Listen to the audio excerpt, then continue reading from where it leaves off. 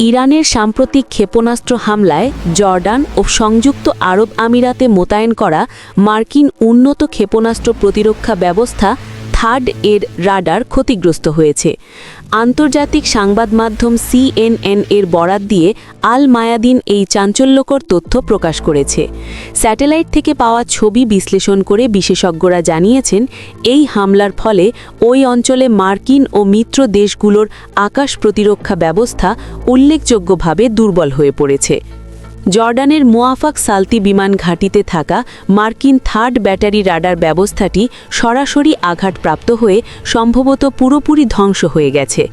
Iran থেকে প্রায় ৮০০ kilometre দূরে অবস্থিত এই ঘাঁটিটি মধ্যপ্রাচ্যে মার্কিন সামরিক কার্যক্রমের জন্য অত্যন্ত গুরুত্বপূর্ণ একটি কেন্দ্র হিসেবে পরিচিত।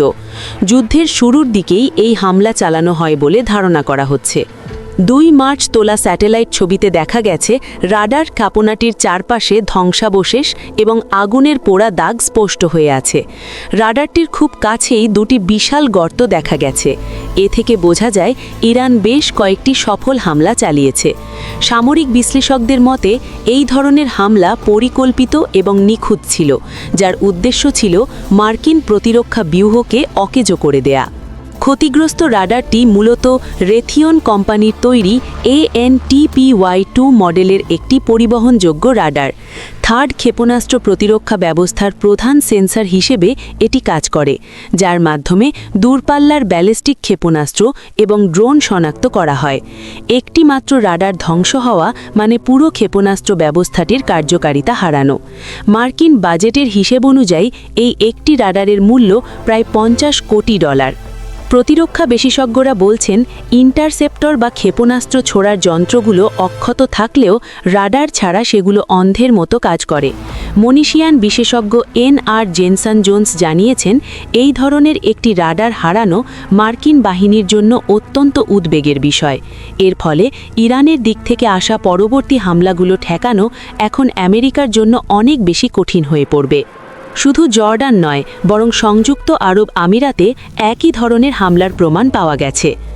আল রুয়াইস এবং আল সাদার এলাকার কাছাকাছি মার্কিন থার্ড ব্যাটারি লক্ষ্য করে হামলা চালানো হয়েছে বলে স্যাটেলাইট চিত্রে স্পষ্ট রয়েছে। সেখানে রাডার রাখার জন্য নির্ধারিত শেড বা গ্যারেজগুলো গত ফেব্রুয়ারি মাসের শেষের দিকে ক্ষতিগ্রস্ত অবস্থায় দেখা গেছে। তবে সেখানে রাডারগুলো পুরোপুরি ধ্বংস হয়েছে কিনা তা নিয়ে এখনও নিশ্চিত হওয়া যায়নি। বিশ্লেষকদের ধারণা, এই হামলাগুলো ইরানের একটি সুদূর প্রসারী পরিকল্পনার অংশ, যার লক্ষ্য মধ্যপ্রাচ্যে মার্কিন গোয়েন্দা ও নজরদারি ব্যবস্থা ধ্বংস করা।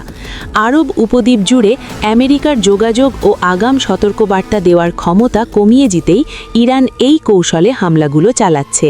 এর আগে কাতারের দাহাল এলাকায় অবস্থিত মার্কিন আগাম সতর্কবার্তা প্রদানকারী রাডারও ক্ষতিগ্রস্ত হওয়ার খবর পাওয়া যায়।